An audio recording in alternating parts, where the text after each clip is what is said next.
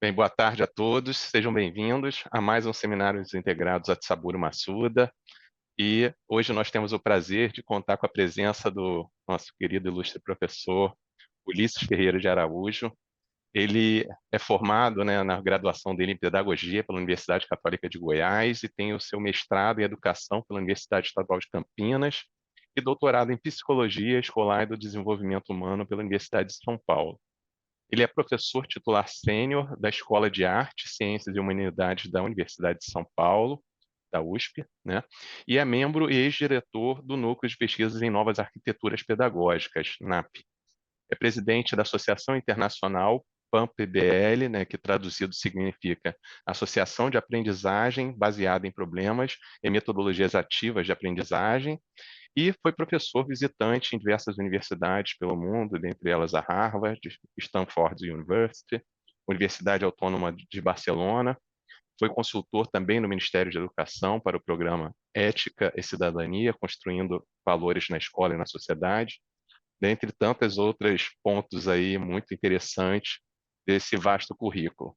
Então, dou boas-vindas em nome do programa do Mestrado Profissional em Educação, Gestão, Difusão e Biociências, né, do IBQM, do FRJ.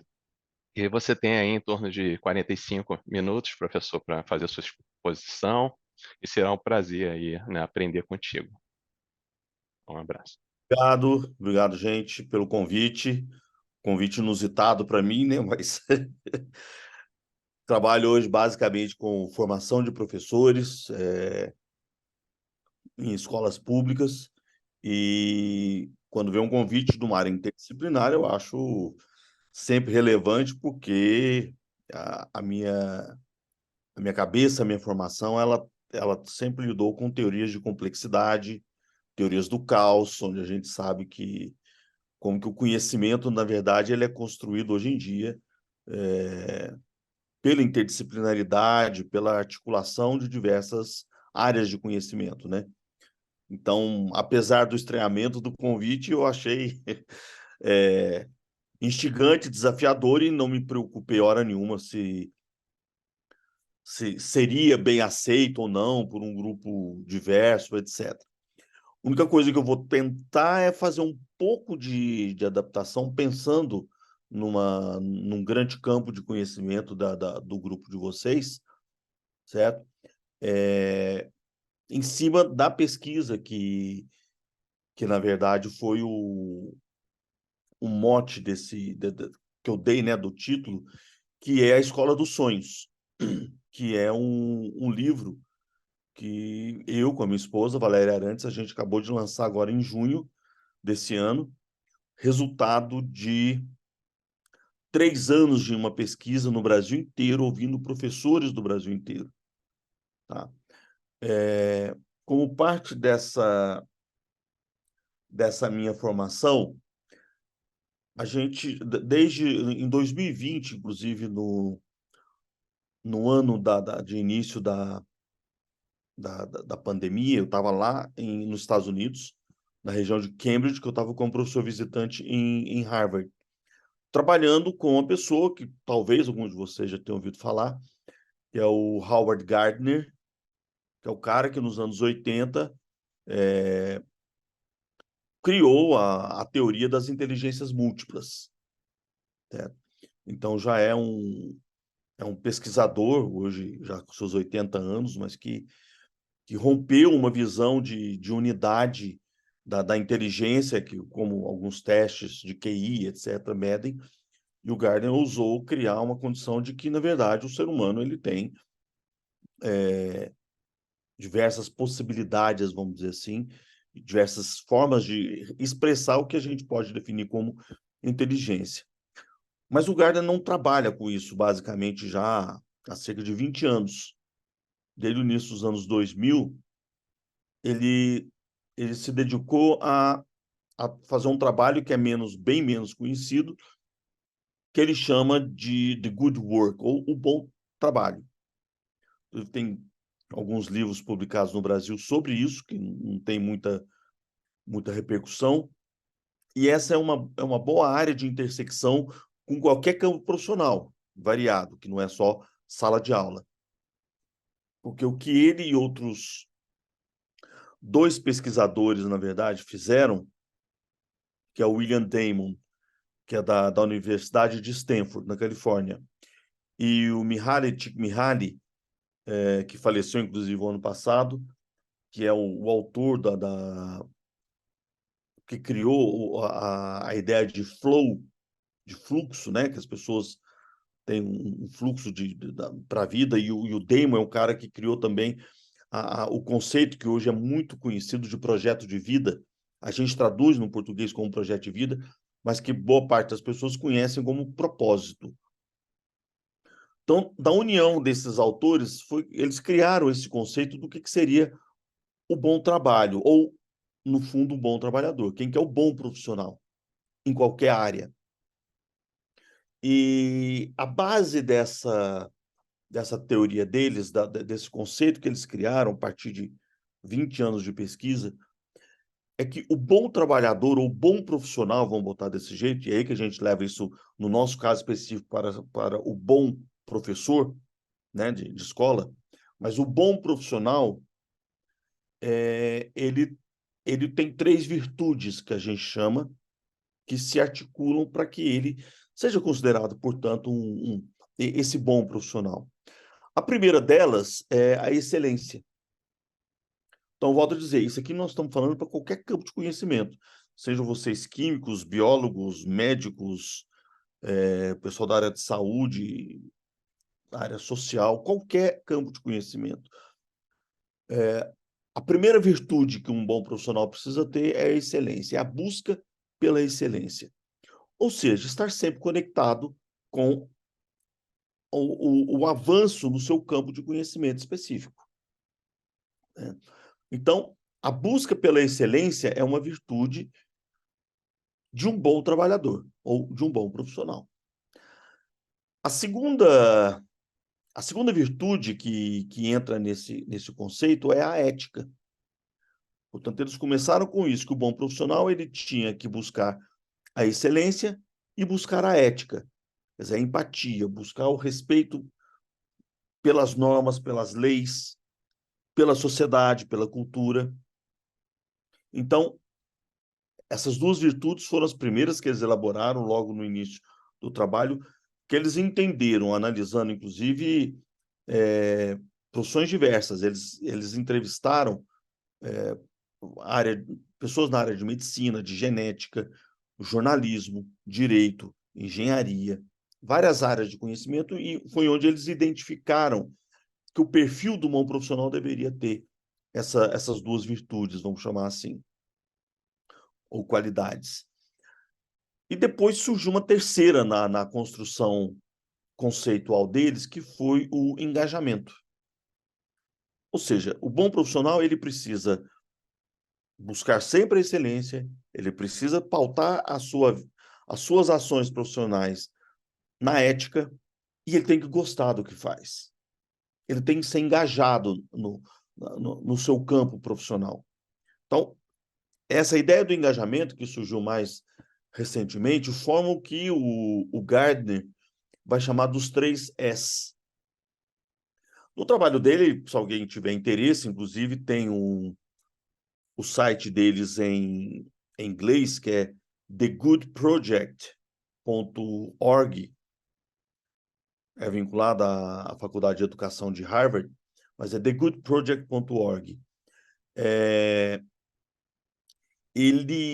Ali ele apresenta um pouco desses conceitos, apresenta muito mais coisas, por exemplo, a ideia de que precisa haver uma sincronia entre essas esferas das virtudes, né? Que não adianta ser, como ele falou, que eles encontraram muitos dados profissionais que falavam que, não, eu busco sempre a excelência e gosto do que eu faço, mas nesse momento eu preciso me preocupar com isso para poder ocupar meu lugar no mundo do trabalho.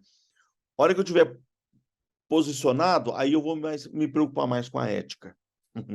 Quer dizer, então a ética sempre ia ficando no segundo plano. Eles foram entendendo a importância dessa harmonização, dessa articulação com esse trabalho.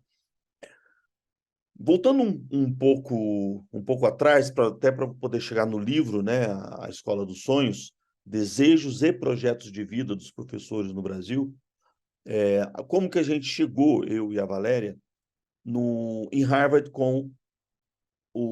para trabalhar exatamente sobre isso com o Howard Gardner. Em 2008 e 2016, portanto, desde 2008, estou falando de 15 anos atrás, a gente foi a primeira vez para Stanford para trabalhar com o William Damon, que estava naquele momento lançando as primeiras obras, os primeiros livros no inglês que eles chamam de purpose, certo? A importância das pessoas terem a tradução literal seria propósito de vida. Em 2009 a gente trouxe o primeiro livro dele sobre esse assunto para o Brasil, que foi traduzido como O que o Jovem Quer da Vida, pela editora Sumos, onde a gente propõe que, em português, com autorização do próprio William Damon, que em português a gente devia chamar isso de projeto de vida. Porque a palavra propósito, para a gente, não faz muito sentido na língua, né?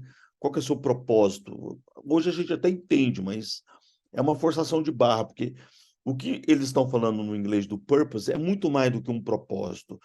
Envolve o quê? O projeto de vida das pessoas. O que você quer da sua vida? Tá? E nesse sentido, quando você fala o que você quer da sua vida, não é só o campo profissional. Um projeto de vida pressupõe também uma preocupação social e pessoal. Tem a ver com felicidade, tem a ver com o que você quer para você. Tudo isso se enquadra no que hoje se chama, num campo recente da ciência, que se chama de psicologia positiva. Que também muita gente já deve ter ouvido falar, já deve ter interagido de uma forma ou de outra com essa ideia da psicologia positiva, que é uma mudança do foco da psicologia, que na área de saúde tem coisas semelhantes, né? Porque olhar só para a doença. Então, a psicologia também ficava olhando apenas para a doença, apenas para os problemas das pessoas, das neuroses, etc. E a psicologia positiva ela surge nos anos 2000, basicamente, final dos anos 90, com essa ideia de olhar as fortalezas das pessoas, o aspecto positivo da psicologia humana, e não apenas a doença para poder buscar terapias e curas. Então, tudo isso que nós estamos falando aqui, desses autores, eles são precursores disso que se chama, num conceito da psicologia, de psicologia positiva. Tá? Então, ao trabalhar com a ideia de flow, por exemplo, que o Mihaly tinha, certo? Fala do fluxo dessa coisa positiva, ao trabalhar com um projeto de vida, quer dizer, o que eu quero para a minha vida? Pessoal, social e profissional. Eu quero casar, eu quero ter filhos, eu também quero ter uma profissão, quero ter um bom emprego, eu quero me engajar socialmente, quero transformar o mundo de forma positiva, mesmo seja com ações sociais, de filantropia, de voluntariado ou de participação política. Quer dizer, tudo isso constitui o que seria grandes objetivos para nós e que a gente traduziu por isso que não só como propósito, mas como sendo um projeto de vida.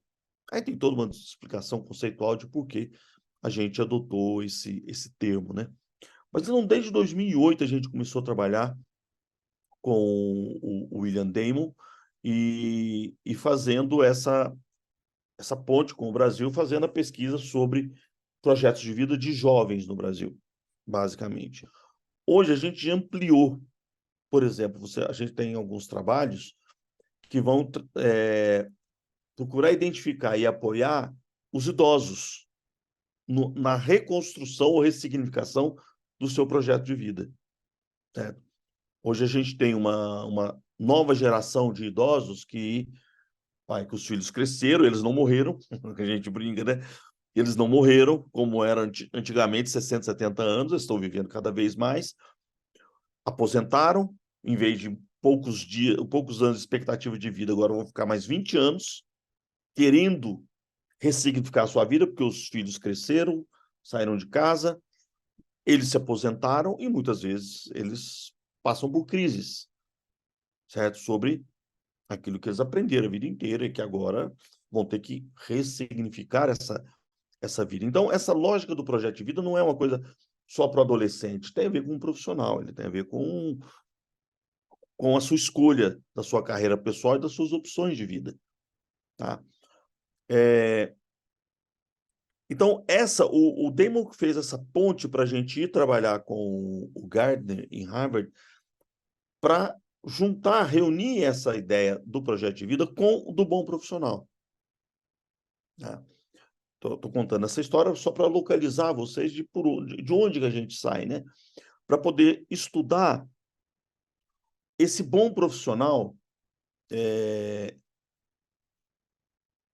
dessas 3 virtudes, dos 3 Es, a gente considera que esses 3 Es, a ética, excelência e o engajamento, precisam estar integradas no projeto de vida dos profissionais, de qualquer pessoa. E aí, a gente foi, nesse sentido, como no nosso campo de pesquisa no Brasil, trazer esse conceito que, portanto, é amplo, isso que eu queria mostrar para vocês, mas do ponto de vista específico para os professores. Professores o quê? De educação básica, que é onde a gente trabalha na Faculdade de Educação da USP. Eu sou da Escola de Artes, Ciências e Humanidades, que é a USP Leste, que a gente fala, mas na pós-graduação eu estou na Faculdade de Educação, que é meu campo de atuação. Portanto, a gente resolveu pesquisar como que seria o trabalho desse bom professor. No fundo, quando a gente fez essa pesquisa, que é o que a gente lança nesse livro, certo? A Escola dos Sonhos, quem deu essa sugestão para a gente, porque ele nunca tinha feito essa pesquisa nos Estados Unidos, foi o próprio Gardner que falou: olha, se eu fosse fazer uma pesquisa, a pergunta que eu ia fazer para as pessoas no caso da escola, né? Qual que é a sua escola ideal? Qual que é o seu sonho de escola? Em outras palavras, qual a sua utopia? Só vocês pensarem em qualquer área profissional que vocês atuam, tá? Seja na química, na biologia, ou na área de saúde ampla, quer dizer, qual que é o bom espaço de pesquisa, qual que é o bom espaço de um posto de saúde, como deveria ser esse posto de saúde, como deveria ser um centro interdisciplinar de ação social. Então, ele mostrou para a gente que essa era uma boa pergunta de pesquisa. Tentar ouvir das pessoas a utopia delas. Porque essa seria uma forma da gente poder desenvolver políticas públicas ou ações que estivessem conectadas com o desejo e a necessidade das pessoas.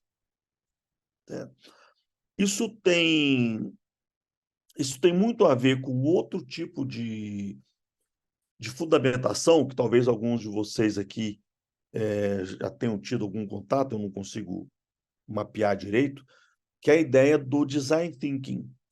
Design thinking é uma concepção, uma proposta metodológica muito forte, que é o que fundamenta o Vale do Silício, que é onde está a Universidade de Stanford, que se baseia numa visão, vamos dizer assim, de criação, de criatividade, de construção do mundo. O mundo não está dado, não foi criado para que a gente simplesmente usufrua e o conheça, mas o mundo está em construção. Nós somos sujeitos ativos de construção desse mundo. E quando a gente quer transformar o mundo e construir coisas positivas, a gente pode fazer isso como faz a ciência tradicional, de dentro dos nossos laboratórios e escritórios, e simplesmente identificar a natureza, identificar o mundo, as coisas que estão ao nosso redor, e aí a gente simplesmente reproduz um modelo de conhecimento onde a gente vai simplesmente buscar conhecer um mundo que já está dado, ou a gente pode partir para criar coisas novas, criar um mundo da forma com que a gente acha que o mundo deveria ser. Aí entra a questão da ética, um mundo mais justo, mais solidário, mais feliz e todas as virtudes que eu quiser colocar nisso daí, uma educação de maior qualidade. Dentro dessa concepção, para que a gente não reproduza o mundo e faça, ressignifique o mundo, mas de uma forma criativa, é que surge essa perspectiva do design thinking, onde um primeiro passo é aprender a ouvir o que eles vão chamar de usuário, ou seja, as pessoas que vão ser submetidas a uma determinada política pública. Por exemplo, ouvir os alunos. No nosso caso, ouvir os professores. Em vez de eu, desde o meu laboratório, desde o meu escritório, eu dizer como deveria ser o mundo, como deveria ser a sala de aula, certo? Eu vou perguntar para os professores. Eu vou ouvi-los em primeiro lugar, certo? Como é que deveria ser a escola que você gostaria de trabalhar? Ele conhece a realidade da sala de aula, de qualquer uma delas. E não, como a gente faz a discussão no livro lá no final dele, o último capítulo, que é um capítulo mais político, né? Onde a gente faz uma discussão sobre as políticas públicas na área de educação, que vem alguém que a gente brinca, né? Lá de Washington ou da Avenida Paulista e determina que a qualidade na educação ela vai ser definida por, é, por um determinado exame que vai ser aplicado na quarta série, na oitava série, no final do ensino médio. Aí você aplica uma prova e essa prova vai ser tornada pública, o resultado dela, e vai, obviamente, expor as pessoas, porque se não atingir um determinado índice, isso significa que essa escola é ruim. Portanto, aquele professor daquela sala de aula é um professor ruim. Como se um processo de aprendizagem de uma criança não tivesse milhões, milhares de... Aí quem lida com teoria de complexidade procura, sabe que qualquer processo, por exemplo, somente de aprendizagem, você tem milhares de fatores que interferem para um determinado aluno aprender ou não, ou aprender mais ou aprender menos determinado conhecimento. Não é simplesmente o professor que tem o dom de lá ensinar uma coisa para uma criança subnutrida, uma criança que passou por traumas, que não tem onde morar, inclusive. Quer dizer, não é simplesmente chegar lá e botar na cabeça dela, ela vai lá, faz uma prova e passa de ano. Principalmente com crianças de regiões mais vulneráveis. Tá? Então, é um quadro complexo e que nessa discussão política que a gente faz, hoje o que predomina no campo da educação são essas visões que vieram, a gente chama no livro dos estrangeiros da educação, que geralmente são engenheiros, são economistas, sociólogos, que aprenderam lá no mundo empresarial como que você mede o desempenho de um profissional contratado. E aí você cria indicadores que vão balizar o que é a qualidade daquele profissional. Eles pegaram essas ferramentas que são altamente eficientes e trouxeram isso para o campo da educação desde os anos 80, onde isso começou, e geralmente são economistas, e que, portanto, vão dizer até que ponto as crianças estão aprendendo ou não a partir de uma prova, a partir de um teste. E nesse livro a gente mostra que isso é um equívoco, que a educação ela não funciona como uma empresa, ela tem outros objetivos. A personagem principal desse livro, que é uma professora, ela própria vai dizer assim, olha, quantas vezes eu já peguei crianças que não conseguiam nem conversar em sala de aula, elas não conseguiam nem escrever, e de repente em 10 meses eu consegui um avanço que essas crianças conseguissem se comunicar uma com a outra, trabalhar, sentar numa mesa e fazer um trabalho coletivo, coisa que era impossível para elas. Então, o avanço daquela criança naqueles 10 meses foi excepcional. Agora, se aplicar um teste no final desse ano para essa criança, que vai comparar ela com o Brasil inteiro, inclusive com crianças que não passaram por nenhum tipo de situação de vulnerabilidade, desculpa, é sacanagem. A comparação desses exames. Né? Então, esse é o mote que a gente teve para utilizar essa lógica do design thinking e procurar, em vez de ficar pautando a discussão sobre qualidade na educação, no que os indicadores que são divulgados o tempo todo na mídia, dizendo o que é escola boa, o que é escola ruim, que a gente precisava ouvir quem nunca foi ouvido, que são os professores. O que é essa escola? Eles estão na sala de aula com os alunos. Essa lógica do ouvir ou do observar, que isso tem muita influência de um brasileiro chamado Paulo Freire, nessa construção internacional desse tipo de conceito, tá? Quando Paulo Freire, lá nos anos 60, criou uma proposta de alfabetização onde as pessoas, o alfabetizador tinha que ir até a comunidade, aprender a realidade daquela comunidade e trazer o conteúdo daquela comunidade para a sala de aula. Então, se eu vou alfabetizar um pedreiro, eu vou alfabetizá-lo através do tijolo, da palavra tijolo, através de coisas que pertencem ao universo dele. A gente, no fundo, está trabalhando um pouco com esse conceito de que se eu quero melhorar a qualidade na educação e a construção desse bom profissional, a gente precisa ouvi-lo em primeiro lugar. Para partir do que eles têm de conhecimento sobre a realidade, a gente poder, junto deles, construir uma visão de política pública que melhore a qualidade da educação, porque ele conhece quem está em sala de aula dele.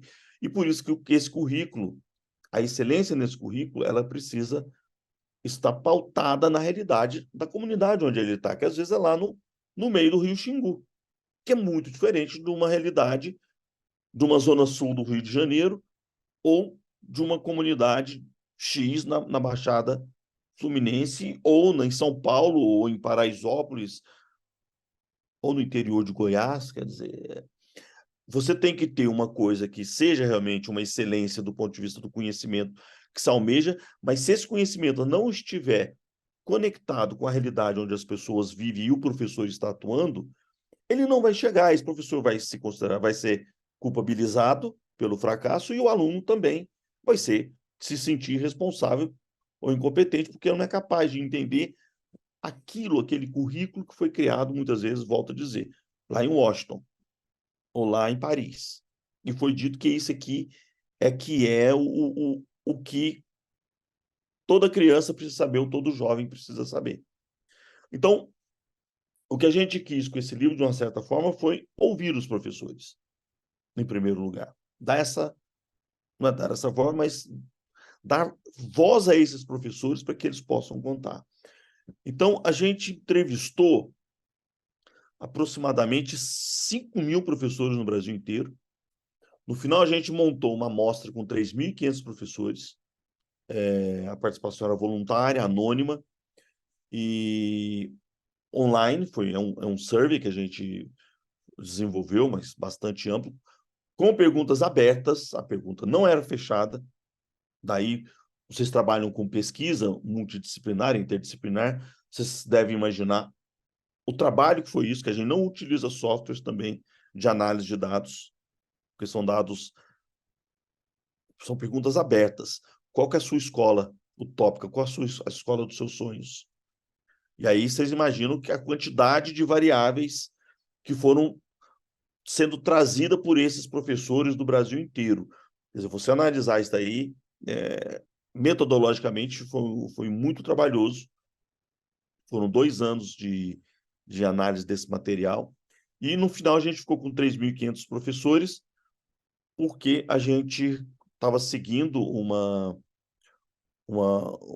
amostragem que procurasse representar os professores do Brasil inteiro. Então, a gente pegou o censo da educação brasileira, o percentual de professores de cada região do Brasil, tá? Então, por exemplo, o Norte, 9%, Centro-Oeste, 8%, Sudeste, 42%, Nordeste, 27%, e eu acho que 17% no Sul.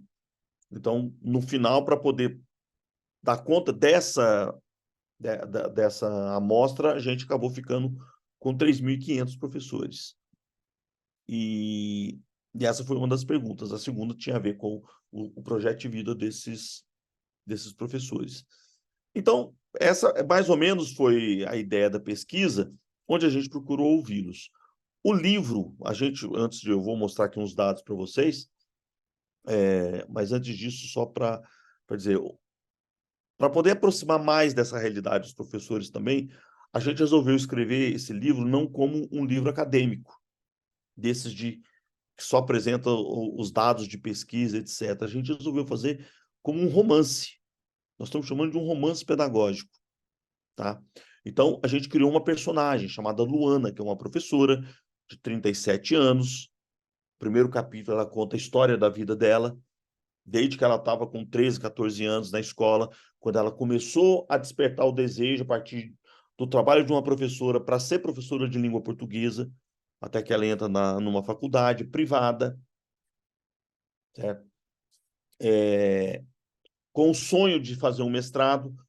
O livro começa com ela esperando o resultado, que ela foi aprovada no mestrado no dia que começou o livro. Então, ela vai retomando a história da família dela, a primeira da família que entrou numa universidade e que, portanto, aí ela vai para a faculdade, conhece o futuro marido, casa, tem filhos, e aí ela é convidada para trabalhar numa escola que vai ser a Escola dos Sonhos, que a gente ouviu desses 3.500 professores. O que seria essa Escola dos Sonhos? Então, ela vai contar, essa escola está representada nessa escola. E a Luana vai trabalhar nessa escola e ela descreve, portanto, aquilo que a gente ouviu de todos os professores, a gente foi pegando os dados e, e joga ali dentro. E ela vai narrando em primeira pessoa como que era essa escola. Os espaços, as aulas, ela descreve uma semana nessa escola, através da pedagogia de projetos interdisciplinar, trabalhando com cultura, com arte, com conhecimentos tradicionais. Quer dizer, a escola que tem...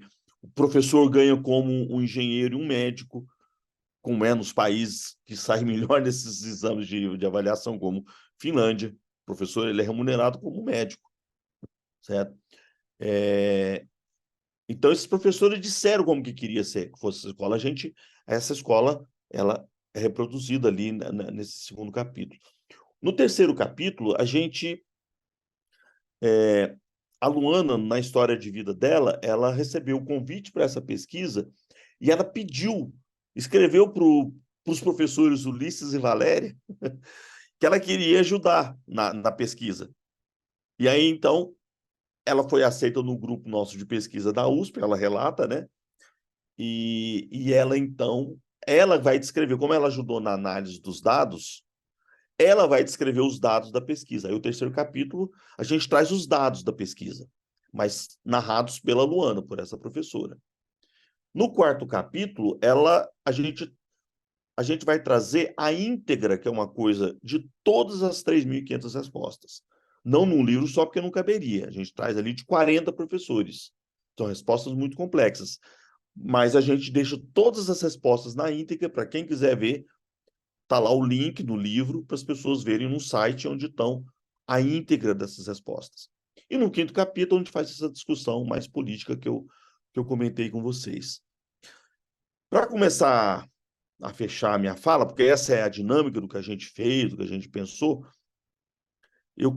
preciso achar aqui e apresentar para vocês pelo menos alguns dados, né? Só que eu preciso achar aqui a apresentação. Onde é que ela foi parar? Só um minutinho, que eu já vou achar ela aqui. Enquanto eu estou procurando. Ok, professor Ulisses. Oi. É que eu estou procurando aqui a apresentação no meu computador, que ela sumiu aqui. Que eu queria compartilhar com vocês alguns dados centrais. Espera aí. Por que ela foi sumir aqui?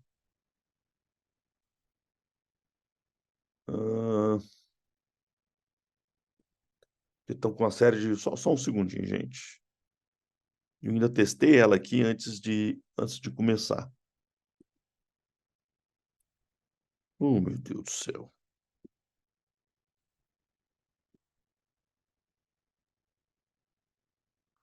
De repente colocar na pesquisa ali na base de baixo do computador. Não, eu já... É que agora, Vou falar. agora eu preciso entrar aqui de novo e compartilhar a tela.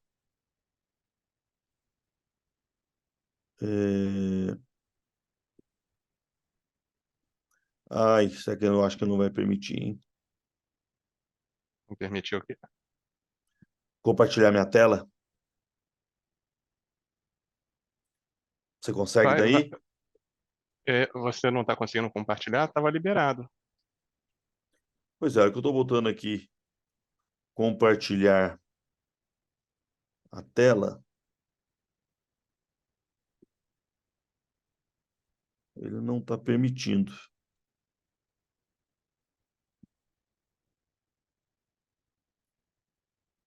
Avançado, áudio computador, não, ele não está permitindo eu compartilhar. O que eu ponho aqui, ele está mandando eu abrir a segurança do sistema, então eu vou ter que deixar, gente. Você Ele quer me está querendo que eu... encaminhar? Hã? Você quer me encaminhar? Mas não é aqui que está bloqueando, não, né? Porque eu liberei. Não, é no... É o Zoom.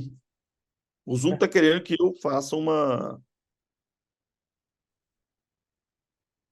Se você Que eu quiser me faça... enviar pelo e-mail também, eu posso compartilhar aqui. Não, mas não vai dar tempo. Mas eu falo para vocês aqui, vai ser rapidamente só para a gente. É que ia ser legal que eu trouxe aqui alguns relatos, né? Mas uma das coisas importantes que a gente viu sobre essa escola dos sonhos, como dados para vocês, que é um dado muito forte. Primeiro, que foi uma certa surpresa para a gente.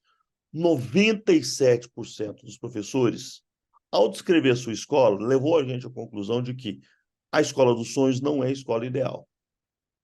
Apenas 3% deles falaram que a escola, do jeito que ela está boa. Que a escola dos sonhos é essa com que ele trabalha hoje, com essa forma tradicional do ensino. Esse é um dado muito forte. Nós falamos de 97% dos professores que, quando você deu oportunidade para eles de sonhar da sua utopia, eles apresentaram uma escola diferente.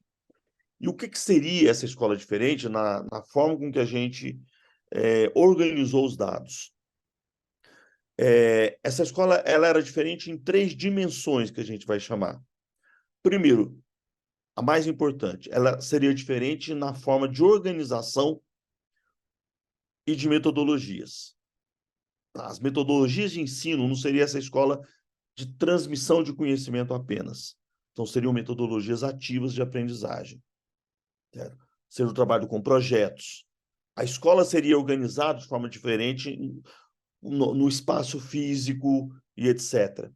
89% dos professores, quando falaram da Escola dos Sonhos, se referiram a formas diferentes de organização dos tempos e espaços e das metodologias de ensino, o que é um dado extremamente forte. Ou seja, essa escola precisa mudar tempo e espaço, e ela precisa também ter metodologias mais ativas do que deixar um aluno sentado na carteira ouvindo o professor dar aula, ou fazendo cópias. O segundo dado, a segunda categoria mais forte que a gente chamou aqui, são as relações na e da escola. 53% desses professores, nessa escola dos sonhos, descreveu que essa escola ela devia ter relações mais democráticas e inclusivas. É disso aqui que a gente está fazendo a pesquisa agora sobre democracia e inclusão. A gente quer entender o que é esse conceito na cabeça dos professores, como é que articula democracia e inclusão social. Certo? Que a democracia não é só votar e ser votado, ou a liberdade, que muita gente quer dizer por aí que é democrático por causa disso. Mas o conceito de democracia que a gente entende, ele é um conceito que lida e respeita as diferenças. Certo? Portanto, a inclusão social tem a ver com o conceito de democracia. Mas nós queremos ver agora, nessa pesquisa nova que a gente está começando, como que os professores entendem a relação entre inclusão e democracia, para ver se eles estão entendendo esse conceito. Que democracia não é só votar e ser votado, ou liberdade de falar o que quiser. E a terceira grande categoria, o terceiro grande domínio que surgiu aqui, foram dos conteúdos e currículos. 42% desses professores mencionaram na sua resposta aberta que a escola devia ter um currículo diferenciado, que esse currículo que existe hoje nas escolas não dá conta de trabalhar a formação integral dos alunos hoje em dia. Certo? Então, esses foram, estou sintetizando os dados mais fortes da primeira parte da pesquisa, que foi a Escola dos Sonhos. Mas a segunda parte da pesquisa, que é extremamente importante também, é quando a gente vai trabalhar com os desejos e projetos de vida dos professores. Certo? E aí a gente teve uma surpresa grande, porque até nós que somos da área de educação, a gente fica um pouco pessimista com a educação no Brasil, porque a visão que a mídia, a grande mídia principalmente, vem passando, quem acompanha jornais, telejornais, quem lê, quem vê sites, etc., estão sempre passando uma visão negativa sobre o professor na escola, certo? Sobre violência, que o professor não gosta do que faz, que ele é mal remunerado, que ele por ele estaria fazendo outra coisa, só estava virando vendedor. E, para nossa surpresa, nesse sentido, positiva e boa, vamos dizer assim, 83% desses professores, na pesquisa que a gente fez, a gente pôde identificar que a educação tem um lugar de destaque nos projetos de vida deles. A educação é central nesses projetos de vida. Eles querem ser professores.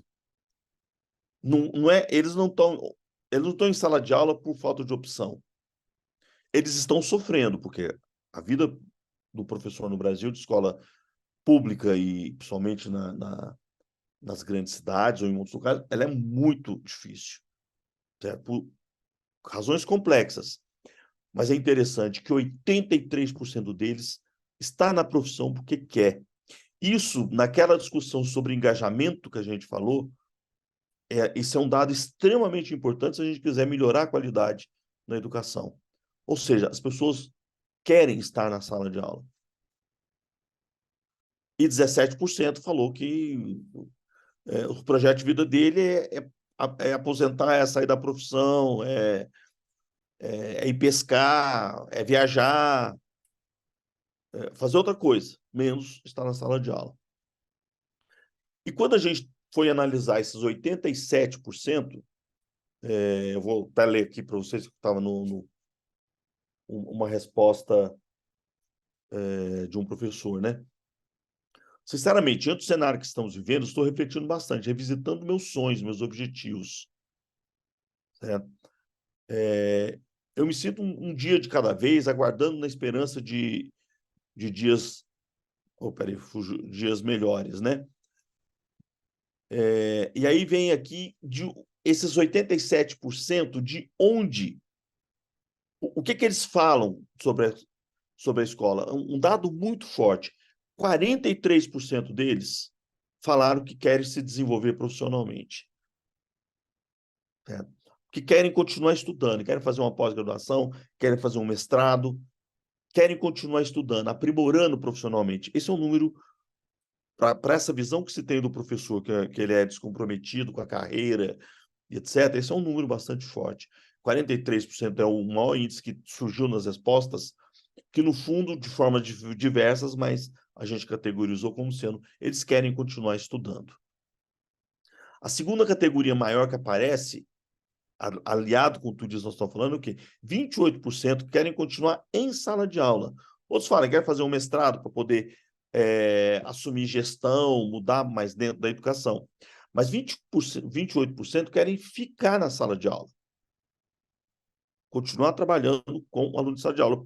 Por quê? Paralelo a isso, 21% deles falam que querem impactar a vida dos estudantes da comunidade. Então, esse é um projeto de vida, vamos dizer assim, de natureza social, onde a gente entende que existe não só a perspectiva pessoal de seguir na carreira, mas também de desenvolver profissionalmente, e, ao mesmo tempo, eles querem impactar a vida das pessoas, dos estudantes.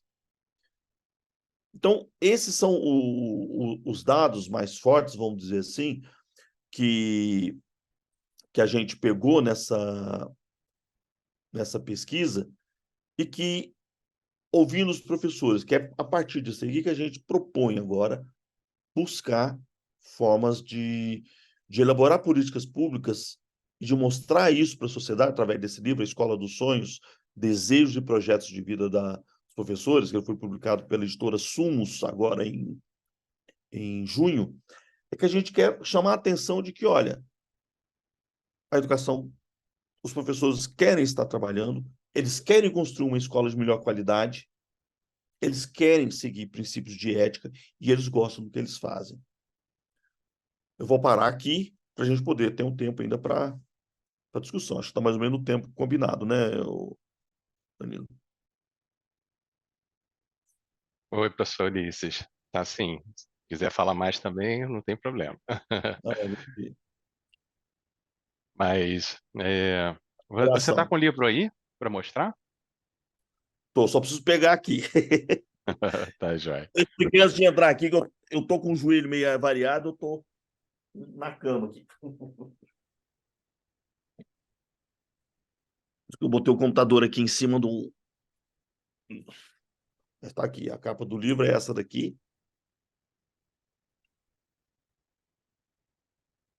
A Escola dos Sonhos, Desejos e Projetos de Vida dos Professores, dos Educadores Brasileiros. É Ulisses e Valéria.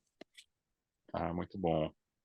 É, bem, gostaria de dar os parabéns pelo livro, né, e pela estratégia que você utilizou de trabalhar numa forma de romance escolar, né, romance educacional. Muito bom. E então eu vou abrir aqui para as perguntas, para as discussões aqui com a turma.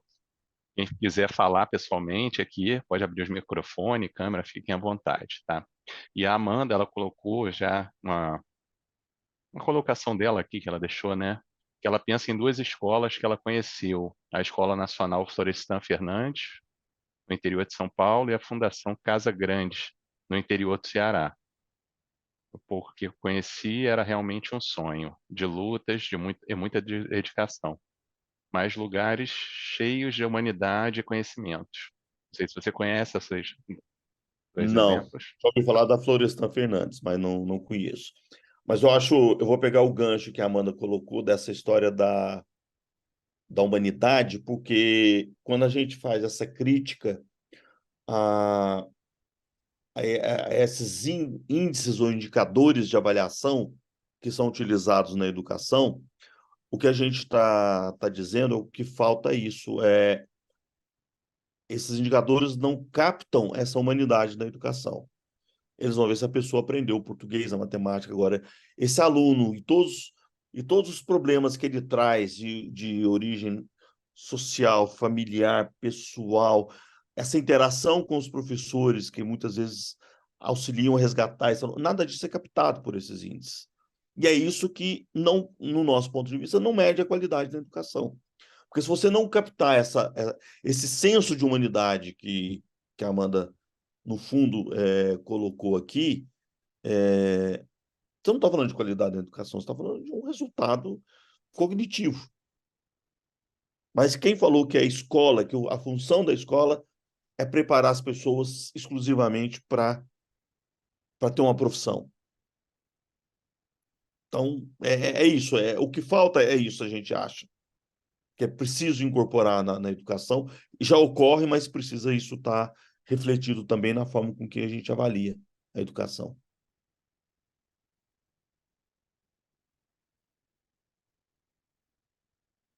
É, bem, a Elisângela, ela perguntou se a pesquisa também está disponível online, né? Ou ela está só no livro, ou está também como artigo? Como é que está esses dados da pesquisa?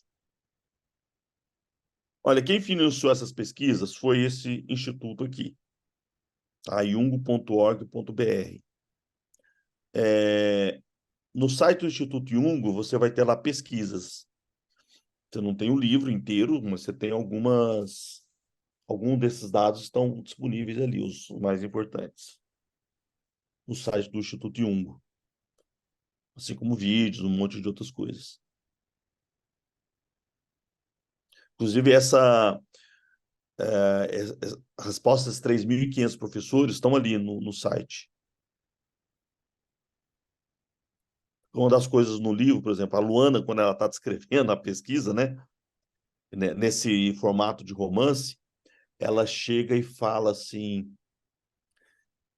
morrendo de medo, falou, estou tremendo, acordei tremendo hoje que eu resolvi que eu vou chegar para os professores da USP, né, Ulisses e Valéria, que tem um equívoco nisso daqui, porque os professores estão cansados de ser objeto de análise, interpretações que viram gráficos, estatísticas nas pesquisas, mas o que eles falaram nunca aparece, efetivamente.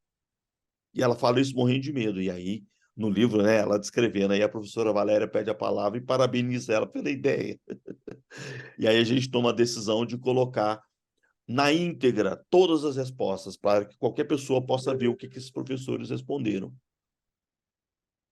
E aí a gente coloca uns 40 relatos na íntegra no livro, que é o que a editora permitiu, para não ficar muito caro o livro, e os outros 3.000 e bolinha vão para o site, para esse site aqui. Interessante. Bem, pessoal, vocês têm mais perguntas para fazer? Colocações? Fiquem à vontade. Hoje o pessoal parece que a parte está meio acanhada aí. A gente chegou a ter 30 participantes, estamos com 25 agora. Deixando claro que, como eu falei no início, para quem estava, no fundo a gente está trazendo eu falei que eu estou trazendo essa perspectiva do bom professor, mas uma discussão até que a gente poderia fazer aqui seria no campo profissional de vocês, onde é que é essa excelência, ético, engajamento, o jeito que isso é importante para o bom profissional em qualquer área que a gente estiver falando aqui. A Rose está dizendo aqui que está reflexiva. É, você, outro autor interessante é o Richard Bolles, né? Não lembro exatamente como é que fala o nome dele. Bolles, que escreveu aquele livro que é sobre qual é a cor do seu paraquedas. Não, não conheço. Não conhece? What Não. color is your parachute? E aí ele coloca também uma flor, uma pétala, uma flor em que a parte central, né, o miolo da flor é o propósito e as pétalas são as pessoas, local de trabalho, conhecimento, habilidade, geografia e salário. As 7, né, pétalas da flor que ele coloca. Eu já vi essa imagem. Só que aí não é só para educação, né? Algo bem amplo em termos É, de profissão, mas o propósito é sempre central, né? Também. porque é isso que a gente chama de projeto de vida, que sai, É, que no é o fundo é projeto. a mesma lógica, né? Porque é isso que a gente acha que é o nosso investimento hoje, que isso, inclusive, no Brasil, eu não vou dizer que é por nossa causa, claro que isso está rodando no mundo inteiro, mas a gente foi o primeiro a trazer esse conceito de projeto de vida, que hoje faz parte do currículo das escolas. Certo? No Uhum, novo ensino médio, isso aparece como um conteúdo que precisa ser trabalhado para em todas as escolas. Infelizmente, o que a maior parte das editoras pegou é a noção só do trabalho, tá? uhum, E a gente trabalha, e muita gente trabalha nessa perspectiva mais ampla, de que o centro da vida é um projeto de vida. Tá? É a pessoa saber o que ela. Saber projetar a sua vida, saber pensar no futuro, mas nas dimensões social, pessoal e profissional. Isso tudo compõe, vamos dizer assim, no fundo é o conceito da busca da felicidade, né? Mas não uhum. qualquer felicidade, né? A felicidade que tem esse impacto social de transformar o mundo, etc. Bem, a Rosemary abriu a câmera, eu acho que ela vai querer fazer alguma pergunta aqui ou colocação. Rose, fica à vontade. Então, você falou um pouquinho da minha história. Eu estou aqui na escola ainda, Não, olha. não estou vendo. Eu estou aqui assistindo, tentando fazer mestrado aqui ao corredor da minha escola, Muito bom, tentando Rose. fazer mestrado e trabalhar. Então, assim, essa protagonista aí Fala Só comigo falta, também, fala muito comigo. É só falta sobre você isso. ter os 30 e poucos anos. É, E não, mas né? na verdade eu estou com 51, só essa Ó, parte aí que. mas não parece, mas bom, porque realmente o livro começa desse jeito. A Luana dizendo, olha, hoje eu tô tremendo porque vai sair o resultado do processo seletivo do mestrado. E É, aí ela vai descrevendo e de repente ela vai passando a lista e chega no nome dela, que a ela foi sensação é aprovada. muito boa, que foi assim comigo esse ano. Pois Então é é, sobre isso. Vou querer ler esse romance. Obrigada, foi muito boa essa palestra. Gratidão. obrigado. Obrigado, Rose. Quem mais quiser, né, abrir a câmera e falar, fique à vontade. Amanda, você quer falar? Amanda participou aqui bastante no chat, né? E ela colocou aqui que ela esbarra muito na ideia do meu propósito profissional e da minha saúde mental. A intensidade e das microviolências que permeiam a educação têm impactado demais nas nossas saúdes. É o que me faz realmente repensar. Pois é. Por isso que eu estou pegando aqui, ou agora, eu vou te mandar, que eu não consigo compartilhar, o Danilo, o convite para essas pesquisas que a gente começou, se você puder compartilhar aqui para o pessoal quiser, porque uma das pesquisas, a primeira, como eu falei no início, né? A primeira delas era sobre democracia e inclusão, mas a segunda é sobre projetos de vida e saúde mental, e bem-estar, na verdade, mas é um instrumento de saúde mental que a gente utiliza. Eu acabei de mandar aqui o cartaz para o seu e-mail, ou você compartilha com eles depois, ou se você puder colocar aí no chat também, aí você vê. Ah, eu vou ver aqui se eu recebi, deixa eu ver. Tá aqui. Então, uma das razões que a gente quer exatamente, a Ainda não gente entrou está por e-mail. Ah, não, agora entrou. Deixa eu ver se chamando, eu baixo aqui, se eu consigo colocar. exatamente a gente começou a identificar, a partir dessa pesquisa original que está no livro, como eu falei, de democracia e inclusão, a gente começou a perceber que precisava clarear um pouco o que é o conceito de inclusão, somente em função da eleição do ano passado, de toda essa polêmica, essa divisão que o Brasil exige, que todo mundo se chama de democrata, mas na hora que você vai ver o conceito de democracia e os preconceitos que as pessoas têm quando determinadas diferenças, né, de gênero, ideológicas, raciais. Quer dizer, então, o conceito de democracia parece que não bate muito com o que as pessoas entendem como inclusão. Então, a gente pergunta, como é que você vê a democracia? São duas perguntas abertas e mais uma fechada, né? Que é um instrumento, Ai, fugiu o termo aqui. Instrumento de pesquisa, fugiu aqui agora. Então, a gente pega, tentando identificar como que as pessoas entendem que é a democracia e como que a inclusão se articula, que aí saiu na nossa pesquisa como algo muito forte. E a segunda foi exatamente isso, porque os relatos dos professores mostravam que o impacto, como a Amanda está mencionando aqui, que essa ideia do projeto de vida está muito articulado com o conceito de saúde mental, ou no fundo nós estamos chamando de bem-estar. A gente vai trabalhar com o conceito de bem-estar, né? E que a saúde mental é um dos componentes dessa ideia de bem-estar. Então, o instrumento que a gente utiliza, fechado, tem as perguntas abertas sobre o projeto de vida, mas o instrumento fechado, ele tem relação com saúde mental. Quer dizer, como que a pessoa se percebe do ponto de vista, no fundo, da felicidade ou da ocupação dela, da profissão dela, etc. Porque esse a gente sente que é um impedimento, que hoje, no ponto de vista da educação, ele é muito forte. Então, a gente viu que 83% dos professores querem estar na sala de aula, mas a quantidade de educadores que vêm, conseguiu aí, que vêm se afastando em função de problemas de saúde mental, apesar do desejo de continuar, é muito grande. Então, isso precisa ser melhor entendido. Não sei se a Amanda concorda comigo, mas passa por aí, né? Então, são essas duas pesquisas aí. Tem o QR Code aí. Não sei se depois você pode ou tirar um print da tela aí, gente, ou o Danilo manda depois para vocês esse cartaz. Espalhar isso aí onde vocês puderem, em escolas, a pesquisa ela é para professores de educação básica, de educação infantil até o ensino médio. A nossa meta é ouvir 2.000 pessoas, 1.000 em cada uma das pesquisas. Até agora, meados de outubro, é quando a gente quer coletar, né? E estão mandando isso para o Brasil inteiro. Então, tem gente do Amazonas aí, que eu vi, da UFAM, vamos puder ajudar a gente. É isso.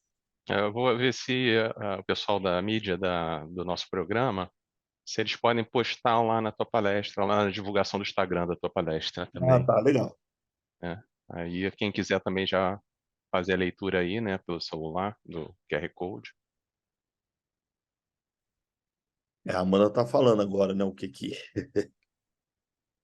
É, de onde é que vem, né? É isso. e o professor com propósito e mais feliz, né, vai refletir também no propósito de quem está aprendendo, né? Ele E na tem, felicidade no futuro ele tem também, muitas melhores vezes. condições disso que a gente ouviu dos professores, que muitos deles, praticamente a metade, quer impactar a vida dos seus alunos. Uhum. Eles estão trabalhando porque, no fundo, eles querem ajudar esses alunos a transformar a sua realidade. Como que eu faço isso, né? Então, a gente precisa, primeiro, estar equilibrado, gostar e tá com condições de trabalho. Essas condições de trabalho, ela envolve políticas públicas, mas não é a gente sozinho que vai mudar, mas a gente precisa ir cobrando. Então, não só a questão salarial. Nessa Escola dos Sonhos, por exemplo, a Luana vai destacar essa escola, o município onde ela trabalha, que é um município médio, não é um município grande, a gente não fala qual que é, né? Mas ela vai dizer que, da mesma forma que hoje as escolas, as cidades, elas, elas atribuem as aulas para os alunos em função da proximidade com a sua casa, os professores também deviam trabalhar nas escolas perto das suas casas. E aí a prefeitura cria um programa que o professor, uma vez que ele vai ser atribuído uma aula num determinado local,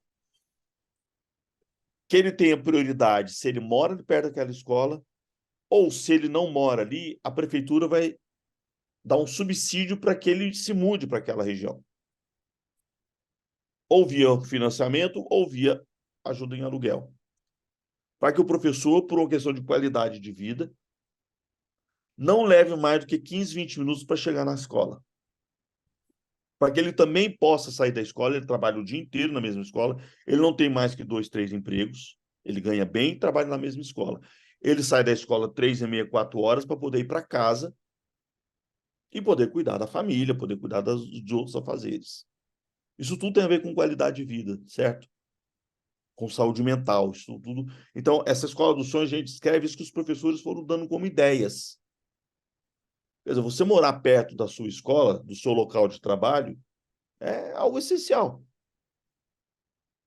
Isso impacta a sua qualidade profissional do que você vai fazer. Então, é isso que a gente foi ouvindo, de ideias para poder colocar dentro dessa descrição do livro.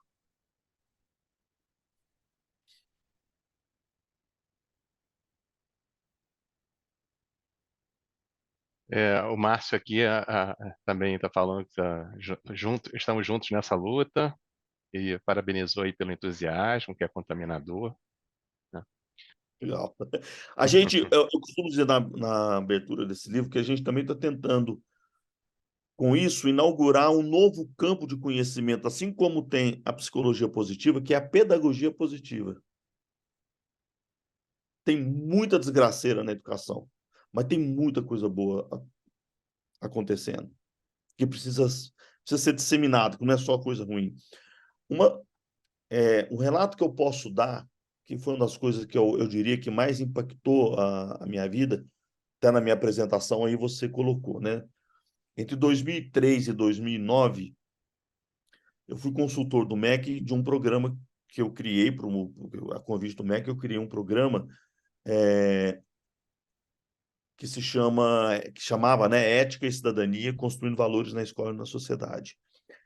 E eu e Valéria, mais alunos nossos pós-graduação, a gente rodou o Brasil inteiro.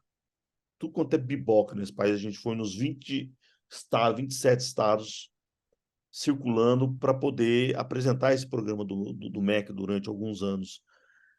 E isso impactou muito, porque somente ao que a gente sai dos grandes centros, onde a vida é muito mais atribulada e corrida, como a Elisângela está colocando aí, que é 1h30 do transporte, certo? A gente ia em cidades menores, foi quando a gente começou a perceber isso. O jeito que era diferente a relação daqueles professores com os alunos. Muitas vezes eles não tinham uma formação adequada, porque eles, às vezes, nem fizeram curso superior. Mas eles tinham um engajamento, eles tinham essa preocupação com os alunos, etc. Isso impactou muito a gente.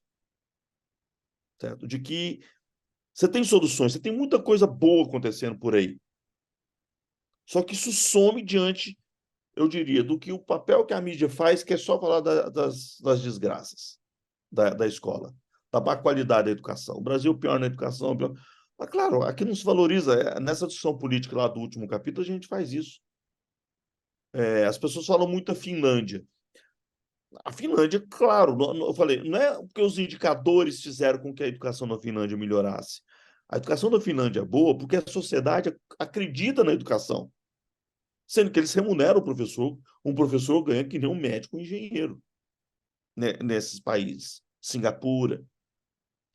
Por que eles ganham? Não é porque o salário que faz a diferença e aí a pessoa vai trabalhar melhor. Não é só isso. É porque para uma sociedade resolver pagar esse salário, é porque ela valoriza aquela profissão.